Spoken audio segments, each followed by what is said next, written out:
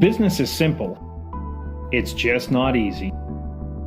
We focus on three things to help you run and grow your business more easily: talent, sales, and how to scale. This is the Talent, Sales, and Scale Show.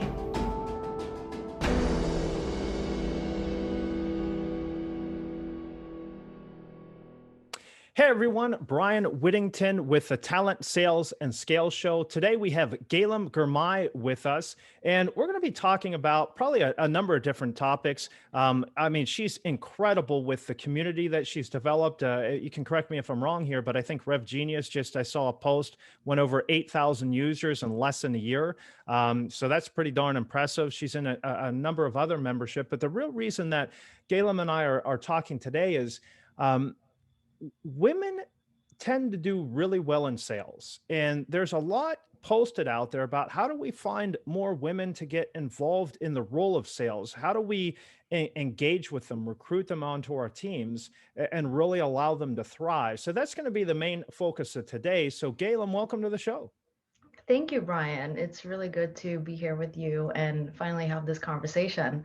Yeah, the construction's done, I hope. No, it's not. Son of a gun. All right. But at least they moved on to other sections outside of my flat, so we're good. It's not as intense for me right now. Nice. So the last time we were scheduled, there was like jackhammering in the background and everything else. So we had to reschedule today. So, all right. Well, let's jump right into this. So, why in the world should we listen to you, Galem, about, you're doing all of these different things? I mean, why should we listen to you about inviting women and getting women to participate in our individual companies in the role of sales? So what makes you an expert on this? Well, so first of all, I'm not an expert for sure, but I have experience because I am a woman of color and I'm in sales, and I've been in sales now, tech sales, specifically fintech, for almost 2 years, coming up on 2 years now. And prior to that, I worked in retail sales for a couple of years. And so, the only reason why I want to have this conversation is to spread the word of we exist, we are out here. I just had somebody earlier this week who messaged me on LinkedIn and was like, hey, I'm really excited to be connected with you and just seeing another woman of color being, successful in sales. Right. And that's literally it. And that's why I want to have this conversation, because if you don't share the journey, if you don't show up, then how will people know that others exist out there and that we can do this? Yeah. So let's dive into this because what do you think allowed you to jump into this? Is it because your background and it's written out there? I mean, if you look at Galen's background, it's pretty unique, and my guess is you learned a lot of grit out of that. So was that background what developed you to dive into this? Or, so let me ask you that. What allowed you to really dive into sales? What made you think, hey, this is for me? Yeah, so there's a few things, starting with my upbringing, growing up in foster care. We all had to do certain things in the household in order to get any pocket money, as an example. So I hustled my way every single weekend to be like, I'm going to wash the car, I'm going to clean this, I'm going to do that in order to get money. So I learned that early on. The other thing was in high school, we had to do our own businesses, and it was very entrepreneurial focused. And so during that experience, we had the opportunity to pitch our different companies. And that was the first time I ever had done a pitch. I didn't even prepare for it and came in like third place, I think. And I was really upset about it. And so that's like when I started to really get into the idea of business. And then it took me years to even start to work in business. And I went to school for business administration at Babson College. And then during that time in college, I was also working, but I was working in a different field. I was working in HR as an HR admin, and I was recruiting students to this company to have internships there. And during that time was when I really figured out, like, what is it that I really want to do and build a career in? And I was in a place of I either go in the direction of focusing on HR and build a career there, and recruiting, or I go into sales because it's always been in the back of my mind, but I never really had the opportunity to try it because you have to do sales full time if you're going to go into it. Yeah. So I guess, nothing new under the sun here. You learn work ethic from a young age, right? Those that do really well in sales are hustling. They're all right because you're never ever done. You can Hmm. always make one more phone call. You can always have one more thing to do, one more email or whatever the case may be. So those that really seem to succeed in sales have an insane work ethic, and so you learn that from the start, right? As a kid growing Yeah. up, I'm having to do this. Now, I mean, what prevents, do you think, women from getting into this? Because that's not ubiquitous to men or women or race. That's just, Mm. a lot of it's character, a lot of it's passion. When your story there, you talked about the your competitive nature. You didn't say it, but that's pretty darn gone. Hey, I didn't even practice. I got third and I was pissed. Right. So what, why do you think more women aren't getting into this? Because there's plenty of women that have that type of mentality, that type of background, do you think? Well, I think there's a lack of awareness because you don't know what you don't know. So if you have no idea that there are opportunities within this field and to build a career, then there's that. So where are people advertising about this? Where are people living and breathing this profession? And where are the recipients of that? So I think that's one piece of it. Okay. The other piece is education around this subject. And even like when I was in college, very unique position for me because we did have a course that focused on inside sales, and I took that course and I loved it, and that fueled me up even more to be like, this can be really interesting to look into as a career. But the other really big thing is, and what I'm hearing from others is that they just don't get a chance. They don't get the opportunity. So the question is then, what can you do to prepare yourself to be in a position to get the opportunity? And I think it's really, really great that there are so many resources out there. You talked about communities earlier. I co-founded one, and we have tons of resources within our community, and there are many others out there like it. And then there are specific companies and organizations that are helping uh, people get into sales. Right. There's SV Academy, there's Aspireship, there's Victory Lab, there's Us in Technology. They all are very different niches, but focusing on the same outcome, which is to help people get into sales and stay in sales. Yeah. No. So forgive me. This is going to come across as a jerk question, but it bears to be asked. How in the world would you not know about these opportunities right now? I mean, through LinkedIn, through just, being around. What are we doing wrong as business owners that, I mean, everybody goes to Indeed. Everybody's going on LinkedIn. I mean, how would they not know about these opportunities? I guess that's question number one, and I'll have a follow up off of that. Mm. Well, perfect example of this is a couple of weeks ago. My sister just started studying here in the UK at a university, and she told me that nobody in her class is active on LinkedIn. Like they had an exercise in their class virtually, and they were all asking how should we follow up with each other to finish this assignment. And I think she had asked them like, let's connect on LinkedIn, and they were like, what's What? LinkedIn? I'm Right? on TikTok, Like, baby. no, let's follow up on what was it, Snapchat, I think. Yeah. And she's like, I don't have Snapchat. So I mean, this is like a generational thing too, because if their method of communicating is on one particular platform, then that's all they're going to focus on and navigate to. But we, you and I, Brian, and so many others, we're living in this little bubble of LinkedIn Yeah. and these Slack communities and everything else out there, that's all we're looking at and basing our reality on, and coming in with the assumption that others are going to see what we're seeing, but that's not really what's happening. Yeah, and you bring up a really curious point. I don't like that point, but it's valid, son of a gun. So, I remember a couple of years back, whenever the millennials were really starting to become heavy in the workforce, and everyone's like, "Rah, we're not changing. They got to change to us." And, Mm-hmm. that just was a tidal wave that everybody had to change. And so there's neither good nor bad in this technology. It just is, how are we best going to communicate?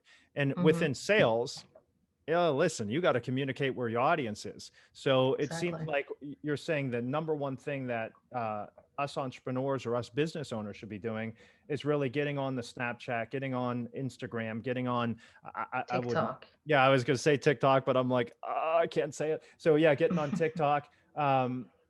To reach them where they're at, because if Yeah. you're going to do a recruiting campaign, especially if you're starting off at that SDR role, uh, you got to meet them where they're at, because they don't know any better. They don't know they should be on LinkedIn. I mean, unless if their parents are telling them that, and if their parents are telling them that, their parents. I'm not listening to you, for goodness sake. So I'm not doing it anyway. So that's son of a gun. All right, so we got to get on Snapchat and Instagram. Now, should we? I'm guessing younger folks are still doing Instagram. You think? Oh, for sure. I'm on Okay. Instagram. Yeah, that's what I thought. Okay, so Yeah. we'll kick it on Instagram and get that going. All right, so now, how do we engage them? I mean, what are we posting on TikTok? What are we posting on Snapchat? How are we leveraging this? Mm. Um, I mean, I think it's just being as casual as possible and inviting, whatever that means. I know it's a very vague answer, but when you're starting to meet people where they at, and you start to focusing on what is it that interests them and how can I bring more of that to the table, then I think it starts to become more natural, and listening to the audience and producing content that would help that audience move forward. So if it's somebody who is, as an example, in college, they're focusing on business, but there's so many different areas in terms of business that they can get into. Well, then you, as an organization, a business, can engage with that audience, and you can, like I do this all the time. I go back to my school where I graduated from, and I have conversations with current students. And that gives me an opportunity to talk about my profession, what it's like being a woman in sales, the industry of fintech, uh, the focus of communities, and how to continue your education beyond this. So that's, I think, what's helpful, because that has created so many opportunities for conversations. And it's not the goal of, I'm going to get all of these people into sales, or just because a woman is in the classroom, she needs to now be recruited and get into sales. That's not the point. The point is to start a dialogue, a conversation around all the different possibilities, and understanding what is it that you want to achieve once you're done here, and how can we help you get there.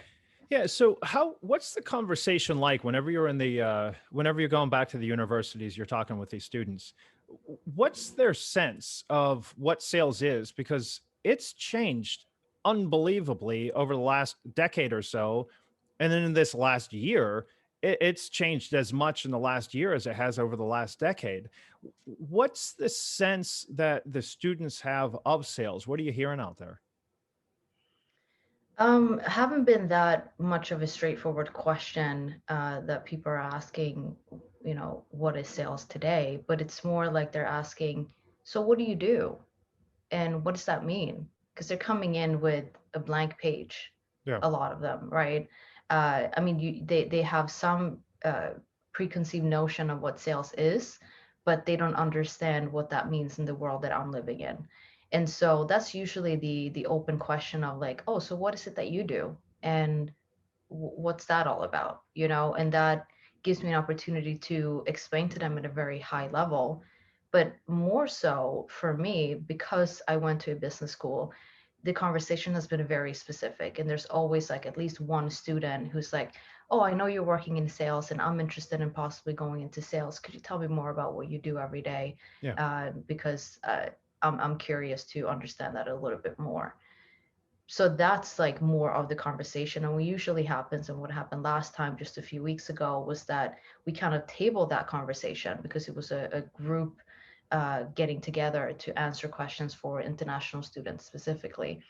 So there was me and this other guy who was really interested in sales. So I said, let's connect after this and let's set up our own one-on-one time to talk about and answer all of your questions. And that's what we Okay. did. And we spent 45 minutes on a Saturday just talking about that. So that's what happened in that instance. So it's usually just kind of open of like, what is it that, like, there's that curiosity behind the question of like, what is it that you do, and help me make sense of it at a very high level. Yeah. Now, anything that we should be doing differently? So meeting people where they are, whether TikTok, Snapchat, Instagram, whatever the case may be. Any other way that we should be approaching these women as we're trying to get them into sales? Um, any other way we should be approaching them? I Like, mean, do we have different language that we should be using? Different, because I'm too straightforward, right? That's a huge problem of mine, right? I'll never forget this. It was, gosh, probably too long ago now, but I had mm, a woman that I was dating, and she goes, "You know what, Brian? Not everybody thinks like you," and that was the most shocking thing in the world to me. So, all right, so how should we be thinking to engage others into this? um, how should that's such a challenging question, because a lot of this just comes naturally to me in terms of having conversations that I don't really Yeah. think twice about it, or making the connections, or networking. Um, but I think it's just like being a human about it, you know? Like, I am a very casual person, and I will tell you all the ups and downs and ins and outs of a situation, of a profession, of whatever. Um, so yeah, I mean, and I also have the same situation as you, where my fiance not long ago, just a few days ago, was like, I really wish I could like be in your mind just for 5 minutes. No, you don't. No, you don't. Exactly. I said, you don't. Yeah. So okay, and so and that's what my real challenge of this has been, Galem, is that Yeah. it's, it's straightforward, right? So it seems like what we're saying here is fine, because it doesn't matter if you're a man or a woman. It doesn't matter what race you are. If you are competitive, you want to challenge yourself every single day to be better today than you were yesterday, knowing that's not going to be good enough tomorrow. If you're Mm, that entrepreneurial growth mindset, if you're that gritty drive that, I just have to keep going. I have to keep going. It's not an option, right? You might have one day where you tuck and roll, where you tuck the covers back over and roll back over, but that's a rarity. I mean, we're just ingrained to keep driving and going. So as long as it's that person, it seems like we just talk to that person in that language over a couple of additional mediums, communication mediums, to really get that pipeline going. And I think you have more of a long-term perspective of developing relationships with these universities, because there's a number of universities, especially in the US. I'm not sure what it's like in the UK, but right now, where it's sales is the profession, right? It's professional mm. sales. It's not just marketing any longer, but you can now get a sales degree. So having that long-term perspective, that recruiting pipeline into there, and it seems like you're also giving back a lot to these universities. Is it your alma mater, or are you doing other ones as well? Yeah, so both right now. So it's always getting connected with my alma mater, as an example, because when I was a student at Babson College, I wasn't an active student, meaning like I did not have the time to be engaged on campus. I Right. didn't live on campus. I lived off campus. I was working part-time, sometimes full-time, in that recruiting job for a medical device company. And so I never had the time to be engaged on campus. And that's something I wanted. I wanted that experience, but I wasn't able to have it. So I said, well, if I can't do it now, when can I? And really, what happened was I graduated, and that was my opportunity to get more engaged. And I've been really engaged now with the school and with the students. At least like twice a year, I do something with them. And then in my role now, in at Flywire as an account executive, I was invited just a few weeks ago into one of the universities here to talk with their international students about life and whatever questions that they have, and just talk about that. So yeah, I do a little bit of both now. Nice. Okay. Well, so let's talk about another challenge that every salesperson has, every human has, it seems, is juggling too many things and time management. I mean, Hmm. you're full-time AE, you're doing Yeah. podcasts all the time. You have this small little membership thing of called RevGenius that's really exploding, and a number of other things. So, talk to us. How are you handling all of this? How are you dealing with the day to day without having your head blow up? Oh no, I do have my head blow up. All right, thanks for being authentic. So, what's that look like in a day? I mean, it's intense. Like, I went to bed at 4 a.m., woke up today and was like, I'm really tired and it's the end of the week. I'm exhausted. Yeah, Um, but I have my coffee, I have my goals, I prepare my goals the night before or the morning before. So I can wake up and know what I'm looking forward to. And I play these little games with myself of like, let's schedule something important in the morning. So I have to get up and I have to start the day with that. Right. that's And then brilliant. yeah, and then I have certain things that I have committed myself to do every day. So yeah, I work a lot. I have a job, a full-time job. I have a community to engage with and manage. I have the Top 1% Academy that I'm doing and courses that I'm taking there, and a bunch of other stuff, my own podcast. But I also have time to exercise. I've committed to working out 30 minutes every single day. And no matter what, I will do it. It started off in the morning, and then it kind of was like, oh, I'll do it during lunch, and I'll do that during my lunch break instead of having lunch. And now you're doing podcasts instead. Yeah, but now I'm going out for runs at like 9 p.m. or 9:30 just because I need to get it done before my day ends. I just have to. Like that's the commitment that I made for myself. Because what I've learned from having all these different involvements, that's really what I love to do. I love being on the go. That's just a part of who I am. I have a hard Right. time to just sit still and do nothing. Although I do spend 20 minutes almost every day meditating, and I'm sitting still for those 20 minutes. But other than that, it's like I enjoy being on the go. Equally, when I am too overwhelmed, I just take a pause. I schedule time off and I take that time and I don't feel guilty about it. Yeah. I love that. So there's a lot, and time management is like a tricky thing because some days you can figure out the perfect way to handle that day, and other days it is all over the place and there is no management. Right. Yeah, and really time management. I had a good mentor of mine said, you can't manage time. You can't say, hey, second speed up and minute slow down. Right? There is no time management. It's just simply a matter of how are you going to prioritize a day. So it seems like Exactly. your hack in that regard is plan the day prior. And I love that. I've never heard that before. Schedule something important at the beginning of the day. That way, you have to start the day strong. That's brilliant. And That's then a have specific things that you want to accomplish. Like Kevin Dorsey talks about this 3 by 3, and it's committing to 3 things that you're going to do aligned with your goals every day, every week, every month.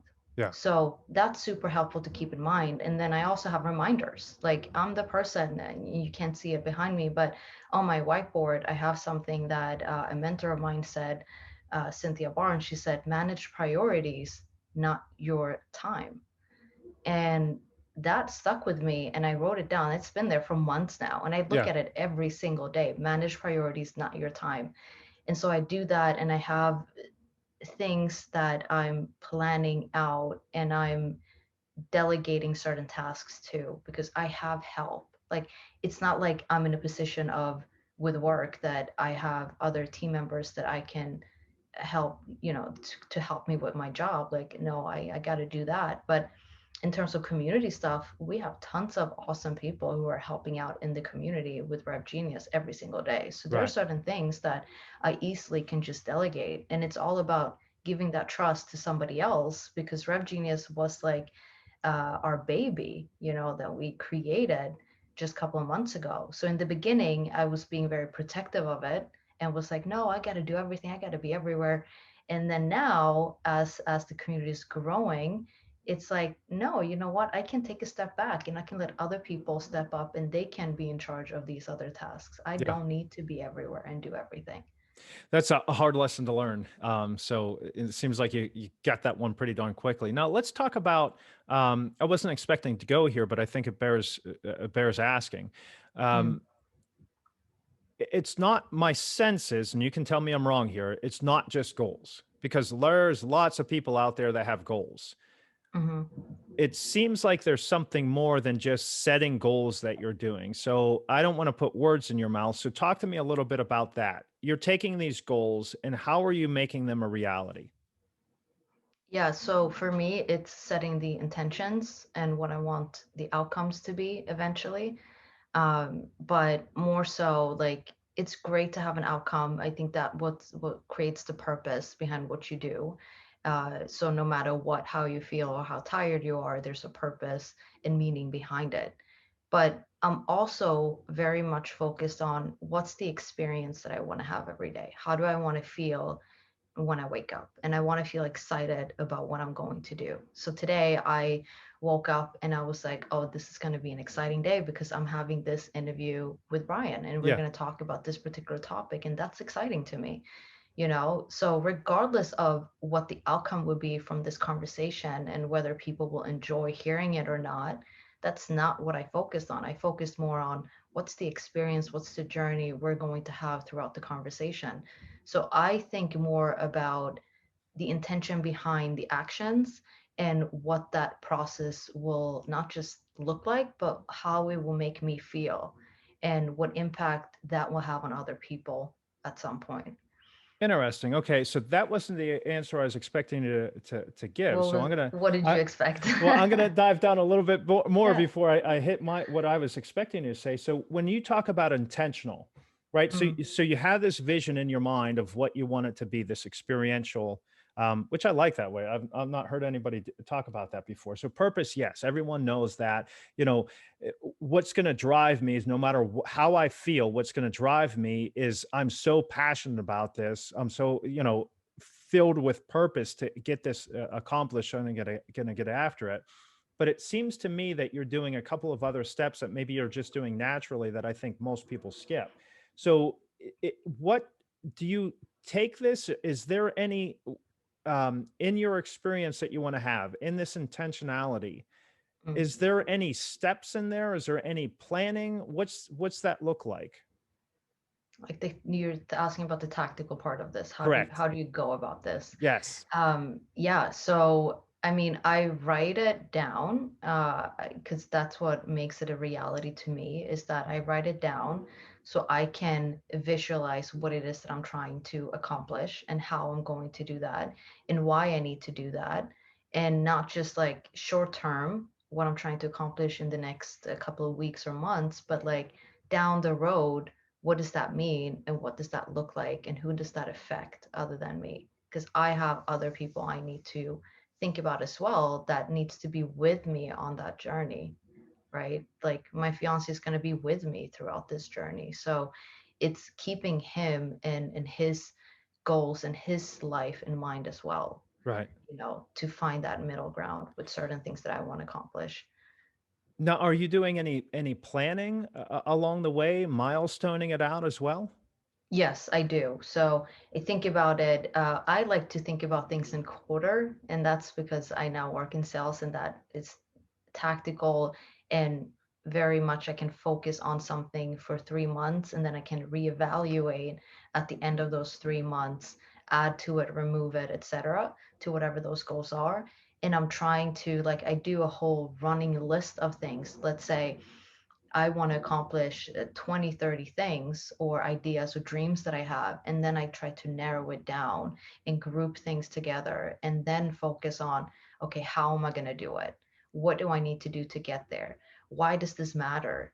And when do I want to get it done by? You know, all of those things. So like as a real life example of this was earlier this year in March, I was I needed to focus more on my health, but and I got into this really like bad routine of not taking care of myself, not really caring about what I eat, not exercising at all, And I had gained a little bit of weight over time. It wasn't overnight, but it was over time.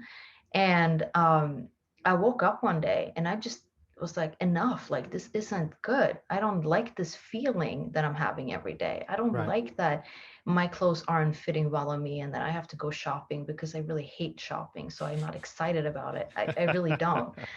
And so I was like, okay, well, what can I do? Because at the end of the day, it is up to me to change this environment and this feeling that I'm having about myself. And I said, well, what can I do? What do I want to do? What have I done in the past? Because I grew up playing sports and I used to exercise a lot over the years. And then I kind of stopped and then I started and then I stopped. And at this point, I started thinking about the past. And I thought about what have I done in the past? Okay, I've done this exercise routine. It was a 90-day thing. I'm going to do that again. Yeah. It's been 6, 7 years since I done it. I'm just going to go head in and I'm going to do it. And I did. And I did that for the next 90 days. And it changed everything. It not just that it changed the physical part of me, but it changed the mental part of me. It helped me then do better in my role because what it made me do was being very, very focused on what I needed to get done every day. I needed to commit to doing an exercise for almost an hour every single day.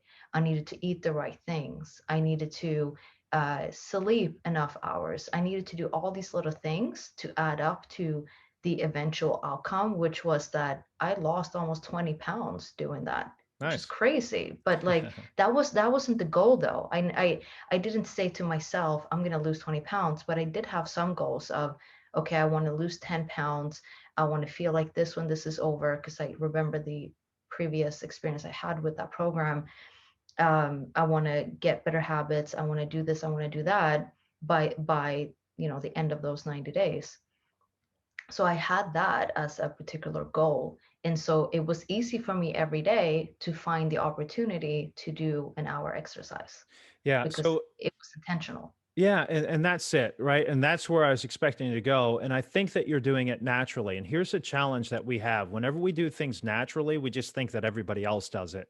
And Hmm. where I see most people falling down, nobody fails to dream. They might eventually, but hardly anybody fails. But we have the new year coming up, and everyone's going to set their New Year's resolution, and nobody's going to have their New Year's resolution. Well, not nobody, but about 85, I think, percent of people have eliminated the pursuit of their New Year's resolution by 10 days in or 13 days in, Hmm. something insane like that.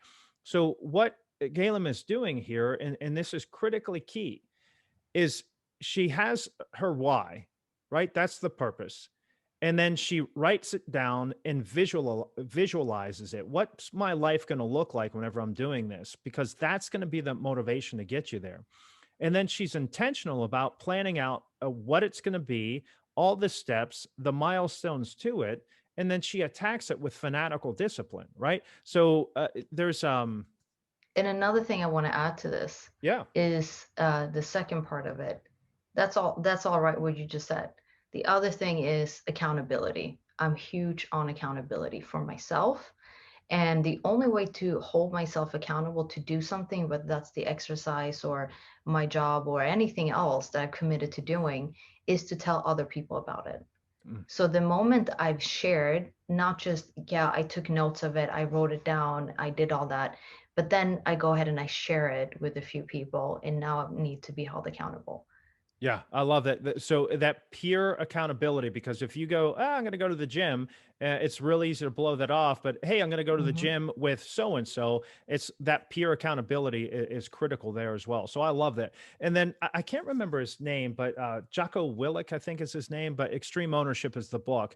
And another mentor of mine, John Rosso, talks about discipline equals freedom. Those John's been saying it for years. Jocko made it really popular in his book. But discipline equals freedom. So what you've really done is you have the day-to-day discipline of that consistency that allows you the freedom to feel the way I want to. And then the other thing that I really hear you saying is, most people live their life through feelings. Mm. And so the way I feel is going to determine my actions, and then my actions I have to justify those actions. So I'm going to justify my thinking to those actions. So they're led by feelings. And what you're suggesting, and I like this, is I know how I want to feel. So I need to get my thinking right to get my actions right. So I get my feelings right. So I'm going to think right, act right, feel right. And that's Hmm. going to allow me to live the life that I really want, from discipline equals freedom and all of these different things. So Yeah. that's a gold right there. I love it. So hey, awesome stuff. All right, so let's wrap this down because I know that we're running out of time here. Oh, Eh, already. I know, right? Time It is goes. flying. See that? So you're doing all of these different things. You're whether you want to do a sales hack, whether you want to do a from recruiting days, a hiring hack, talent. Share with us even a growth hack, because how fast you've ramped up RevGenius. I mean, that's really Mm-hmm. impressive, from idea to this 8,000 plus. I don't know what you're at to today, but that's a flywheel effect. It's probably over 9 at this point. Mm-hmm. So, what's one hack that you would, or what's one key idea that you would like to give to us around talent, sales, or scale? Oh, Brian, this is so simple and maybe too simple. It's just be human and be you. Bring yourself to the table. Yeah. Like, that's it. I think there's too much focus on, oh, what's the secret sauce to this? How do I do that? And it's like, if you're just staying true to yourself, then things tend to work out the way they're supposed to work out. And I know that sounds really vague and it's like, what do you mean? Like, can you give a specific answer? I just can't, because it again, like, this is something else that just comes natural to me, to be able to connect the dots, whether that's connecting the dots within myself and my own life, or connecting the dots for other people or through and with other people. So that's like as simple as it gets to me. It's just be more human, because, and I say human because there's a lot of automation out there, or there aren't like the right intentions out there, and there's this idea that, and it becomes very transactional, and I don't like that. Yeah. So if you're coming in with the right intentions and you're just being a human being, you're being yourself, then one, like, things tend to work themselves out, and then two, that stuff would get filtered through, because there's so many people. And if everyone was just being themselves, then people are going to start to get separated into different groups of, okay, now I know your true colors and I know your true intentions. And then, the people in the middle. So, as simple as just being human, being yourself, bring your whole self to the table, and let's just have conversations. Let's not automate everything. Yeah, so being authentic and being bold enough to stand out, and Mm-hmm. it's getting more and more challenging with social. You pointed out earlier with the LinkedIn bubble, we all get into these LinkedIn bubbles, and then you think that the way they're talking, they're posting is the way that everybody thinks, but in reality, it's just an algorithm that says, "Hey, they're like you, you're like them," and you think that's the whole entire universe. And unfortunately, there's too much of that. And so I would challenge us, and Galem, you hold me accountable, I'll hold you accountable. Let's be authentic, speak our true self, and let's make some people angry, because our true authentic self is going to come out. But you know what? That's going to make them think. And if that Mm-hmm. makes them better, that makes us better and challenges our belief. Amen. Hallelujah. Let's do it. So that's a great hack. I love that one. So how about from a sales perspective? You've gone through this. You're did you start off recruiting? Then did you go into an SDR role, or did you go right into the AE role? Oh, so when I started in sales, fintech with Flywire, I started off as a BDR. I was the first BDR hired at the company. Oh, nice. And then about a year into being a BDR, I was promoted into an account executive role. Okay. So talk to us about that experience, right? So Mm. what's one of the biggest challenges that you learned in doing that you can prevent others from having to go through that same challenge? Preparation was the biggest one, and that goes from the moment I started as a BDR to, and it became a little bit better in terms of the transition from BDR to AE. But I would say, like, especially now that somebody's hearing this and it's like, I want to get into sales too, because I've had those conversations. I have them all the time, and more so with women wanting to get into sales. And it's like, what can you do? Well, what you can control is how much you prepare yourself for that role, for that world, for those type of companies, and for whatever industry that you choose to go into. So preparation for me was the most important one, because when I walked into that first role as a BDR, I literally had no idea what I was doing. I did not know anything. I was just like, okay, let's try this out. I don't know what the expectation is. And it was great because I was like this blank page, and I was able to learn so much from that. And I'm naturally a very curious person. I will ask a lot of questions. I will try out different things. I don't mind failing at something. I don't mind. I mean, in the beginning, the rejection was hard, but then I quickly realized that this isn't personal. Like, they're not saying that me, Galem, as a person, as a human being, suck. It's just that the way I'm delivering it sucks. And Now, that's what I need to work on. now you said preparation was what you learned. So what things would you have prepared for? Can you be more specific Yeah. there? If I had this opportunity again, and with what I know now, what's out there and what's available, if I am somebody right now who's like, yeah, I want to get into sales, what can I do to prepare myself? I would go back to earlier in this conversation, some of the resources that I mentioned, SV Academy, Aspireship, Victory Lab, Us in Technology, great places to start. Other communities, RevGenius, really other great resource to look into. And if you're a woman of color specifically, Sisters in Sales, another great community to look into. Uh, Sister and Brotherhood in Sales as well. Like, there's so many communities, so I would start there, and a lot of them are free. Um, so that's what I would do to prepare myself and to have conversations with people who are doing what you're trying to get into, Yeah. because that's how you can get like really a blueprint of what to expect and understand so much more than what you could possibly be Googling or ask the recruiter of a company for, because they're going to be very biased. So that's the part of when I think about preparation, is having those conversations with people who are doing the job that you want to do, and then take those courses through those resources that I mentioned, because that's like, you can get certificates and really learn about particular industries, really learn about particular roles, like an SDR role, BDR role, AE, wherever you're at that stage. And then I would network all the time. Yeah. That will be my focus. Like, I go to Thursday night sales, which starts at 1 a.m., which is the reason I was up so late last night. But like, I would do that, networking, attending webinars, attending trainings, talking with people. That's what I would focus on. Nice. Well, and so the other thing that you're pointing out is it's up to you. Hmm. You know, don't sit there and bemoan the fact that your company doesn't give you training. Yeah, There's no. so much stuff out there. Just it's up to you. I mean, if you take control of your destiny, take control of your future. You can't just think it and write it down and it magically appear. You got to put some effort to it. So yeah, really good point. And you staying up at 1 o'clock, especially whenever, or just starting at 1 o'clock to jump on Hmm. that call. I mean, at your point, your position, most people are like, you don't need to anymore. Look at what you have going on. And so good for you for having that sustained discipline. That's brilliant. So love it. All right, go ahead.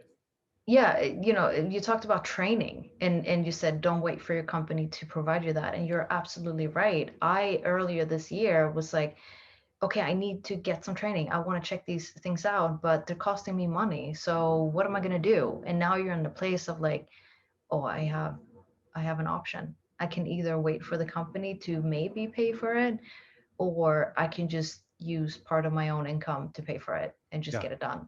And that's what I ended up doing. Like, I attended at least two of John Barrow's sales training courses in the past 6 months. And then I also paid for their on demand, which is like 400 something dollars a year. And I just needed to do that because I was like, I don't know what I'm missing out on. I don't know what else I could be learning here, because Yeah. I like the information that they're putting out there. I enjoy their trainings and the way that they're delivering it. And instead of waiting for somebody to give me the opportunity, I just went to seek it out and go for it. Yeah, and think about it. So $400. You're in sales. Go frickin' sell something and get that on commission. I mean, if you can't see it as an investment, if you're like, oh, $400 is so expensive, there's likely a challenge and you're not going to do well at sales. If you don't look at it a return on investment, you're going to have a real challenge in sales. So just suck it up and get it done. Stop complaining and just do something about it. I love that. I wish Yeah. there were more people like that. All right, cool. So you've just given a ton of resources. Any additional, like one book or one podcast, one guy that you would recommend that everybody uses as a resource? I would say, just like a lot of other people on LinkedIn, if we live in this little bubble, are saying as well, is uh, do something different. Like, not to say I don't read sales books, because I do, and I've reread a few books over time, but I also read books that has nothing to do with sales. And that's what helped me get a different perspective and a different lens on things, which is like, how am I leading my life? How am I connecting with other people? And so I do a mix of things. Like, I'm right now listening to Chris Voss's book when I'm on my run. I have an audiobook. I listen to audios all the time. I listen to podcasts on my run as well. So like, I mix and combine. So that's my time for like sales, is when I'm out running and out moving, and that gets me going. And then when I'm home and I'm reading a physical book, it has nothing to do with sales a lot of the times. I'm Got it. reading So other types of books. what's on the nightstand right now? So I'm rereading for like the third time. uh, it's called Untethered Soul. And Cool. that's a book that I just love to go back to and highlight in and just reread so many times. Nice. All right. Yeah. Untethered Soul. And then Chris Voss has Never Split the Difference, I'm guessing. Yes. All Yeah. right. There you go. Love it. All right. So pull out the magic 8 ball. You're talking with everyone, networking with everyone. What's the future hold? What's going to bite us if we're not prepared for it? Oh, Brian, that's a tough one. E- Especially because they live in so many different worlds, I feel Yeah. like. What is that? What's that gonna look like? I think that, and I don't know if this is even remotely close to where the answer might have expected to be, but I think that showing up is going to be key, and preparing for that in advance. And that's super vague answer, and I don't even know half of what that meant. But it's what does the future hold? It's such a hard question to answer, because I don't even know what next week holds. Yeah. And I think you bring up a really good point there, because showing up is going to be the battle, because Mm-hmm. sales 12 months ago was easy. Economies were rocketing, and everybody was buying. Not everybody, but you get the idea. Mm-hmm. Um, and now we're having to work. And those that were, superstars and look how great I am, you were order takers. And now that you're actually having to show up and work and put in the effort, you're struggling and dying. So if you're not doing the things that you ought to have been doing before, you better start now, because we're going to be in this situation for a bit. So I think that's Yeah, sound like the sage advice. consistency. The Yeah. consistency is where I'm getting at, because it's easy to put these goals on a piece of paper. It's easy to commit to something, but it's harder to follow through on that and to stay committed to it. Yes. And, that's the challenge I have every single day, because when you're somebody who's like everybody else, like, you're stuck at home. We just got out of a lockdown here in London this week. Right. So, that was hard to just be here sitting in the same place every single day, doing the same thing over and over again. That's what we call insanity, right? Yeah. Doing the same thing over and over again, expecting different results. But I was doing the same thing over and over again in terms of following through with what my goals and intentions are. But how do you consistently stay with that? How do you stay committed to that? And a part of it is the accountability piece, and the other part is like taking timeouts. I had to I realized like I haven't taken any time off this year, literally. And I had so much PTO to take that I was kind of forced, like otherwise I'm gonna lose the time. So what do? Well, you take some time off. And that was the best thing I could have done, even during a lockdown. I couldn't Nice. go anywhere else, but I just needed to take a break, focus on me. And I think the other piece to this is the sanity part, taking the time out consistently. Again, going back to the consistency part, is doing that consistently and not do what I just did. I don't advise anyone to do that towards the end of the year of like, oh shoot, I need to do this and I need to do it now. Like, no, balance is key. And I've always had a hard time with balance in my professional and in my personal life because I'm a very intense person. I would just go, go, go. And that's like the piece of the urgency of who I am because of where I came from. And when I started working in sales, I just have this like huge sense of urgency that no, this needs to be done now. And I need to do it ASAP. Yeah. That's it. Well, and that's the key, right? Is consistent effort. Everybody wants this flash of genius. Everybody wants this fits of greatness, but that Mm. wears off. You can't do that. It's the consistent daily discipline of the grind. So that is probably a key takeaway. Boy, you've given a ton of key takeaways here. I love it. Love it. Love it. Love it. All right. So, Galem, who should reach out to you? How should they do it? And why should they reach out to you? Yeah, anyone interested to chat about life, sales, communities, whatever. Like I love getting to know people because I learned so much through them, and I learned so much about myself too. So reach out to me on LinkedIn. If you want to become a member of RevGenius, go to revgenius.com and sign up there and hit me up on Slack. I'm very active on Slack and I prefer Slack messages over LinkedIn messages. The other thing too, again, like I'm giving my ways of communicating with me and I'm letting you know what my preferences are because LinkedIn messages, not so much. But I also have my cell phone number on my LinkedIn profile. So I always tell people you can hit me up on iMessage, you can hit me on WhatsApp. My phone number is out there. Go for it, or if you want to become a member of RevGenius, do that and hit me up on Slack. Also, I'm on Instagram, Facebook, and I think that's it. You on Snapchat, chat, and TikTok No, yet? Come on, no, we got to do that. no, Brian, here's the thing. I used to be on Snapchat a couple of years ago. I deleted that probably 2 years ago. Didn't really see any value being there. And Yeah. it was like at this stage of my life, I was like, okay, that's not gonna work. Um, TikTok earlier this year, I was on it, I jumped on it, I loved it. The problem was it was too distracting to me. I Yeah. could literally, I think I would spend 5 minutes and it ended up being 35 minutes or an hour or two. And I was like, whoa, what just happened? I'm Yeah. never going to get this time back of all these videos that I watched that did nothing for me other than entertain me for a little bit. But you get into a scrolling habit on TikTok.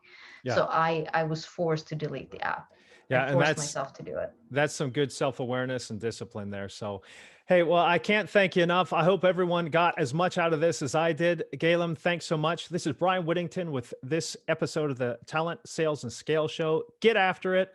Put some of this stuff to application. Be successful, whatever that success looks like in your life. Thanks, everyone. See ya. Thanks, Brian. Thanks.